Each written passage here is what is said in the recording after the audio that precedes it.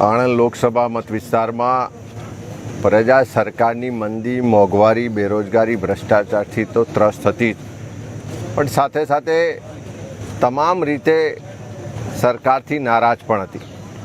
જે રીતે સમગ્ર ચૂંટણી પ્રચાર દરમિયાન ગામે ગામ જે ઉત્સાહ હતો, આવકાર હતો અને જે મતદાન થયું હતું અપેક્ષા હતી એના કરતાં વિપરીત પરિણામ આવ્યા છે.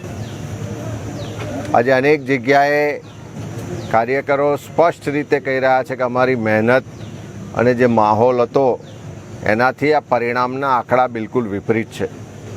ત્યારે આવનારા દિવસોમાં એનો પણ અભ્યાસ કરીશું અને આજે જે વિપરીત પરિણામ આવ્યા છે એની પર વિસ્તૃત ચર્ચા, ચિંતન કરીને આવનારા સમયમાં ફરી પાછી લોકશાહી બચાવવાની, બંધારણીય અધિકારો આ જિલ્લાના લોકોના સચવાય, આ જિલ્લામાં સામાજિક ન્યાય મળે, એ લડાઈ અમારી ચાલુ રહેશે. અમિતભાઈ, વિપરીત પરિણામ આવ્યા એનું શું કારણ? તમે એના માટે કયા પરિબળો? હજુ પરિણામો ફાઇનલ આંકડા આવી રહ્યા છે.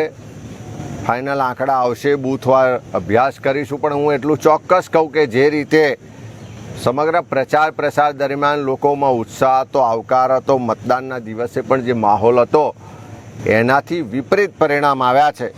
એનો બૂથવાર આંકડાનો અભ્યાસ કર્યા પછી આવનારા સમયની રણનીતિ નક્કી કરી. અમિતભાઈ, ગઈ વખતે 1,92,000 લીડ હતી, આ વખતે બહુ જ ઓછી કરવામાં આવી છે, શું કહેશો?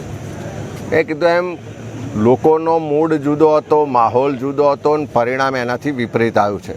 ત્યારે હજુ બૂથ વાઇઝ આંકડા, હજુ પરિણામ ફાઇનલ આવે, બૂથ વાઇઝ આંકડાનો અભ્યાસ કરીશું. ત્યાર પછી આવનારા સમયની રણનીતિ પણ નક્કી કરીશું. પણ હું એટલું ચોક્કસ કહું કે સમગ્ર આણંદ જિલ્લામાં ચૂંટણી પ્રચાર અને સમગ્ર સમયગાળા દરમિયાન લોકોએ ખૂબ ઉત્સાહ અને ઉમળકા સાથે આવકાર પણ આપ્યો છે, આશીર્વાદ પણ આપ્યો છે. એટલે આવનારા સમયમાં આણંદ જિલ્લાની જનતાના સુખ દુઃખમાં ભાગીદાર થવાથી લઈ અને એના હક અધિકારની લડાઈ લડવાથી લઈ સામાજિક ન્યાયની લડાઈ લડાય અને આણંદ જિલ્લાને તમામ રીતે અગ્રેસર આગળ લઈ જવા માટે જે પણ યોગદાન આપવું પડે, જે પણ લડાઈ લડવી પડે, એ ટીમ કોંગ્રેસની તૈયારી છે. ને આવનારા સમયમાં એ જ રીતે સક્રિયથી આ જિલ્લાના લોકો માટે કામ કરીશું.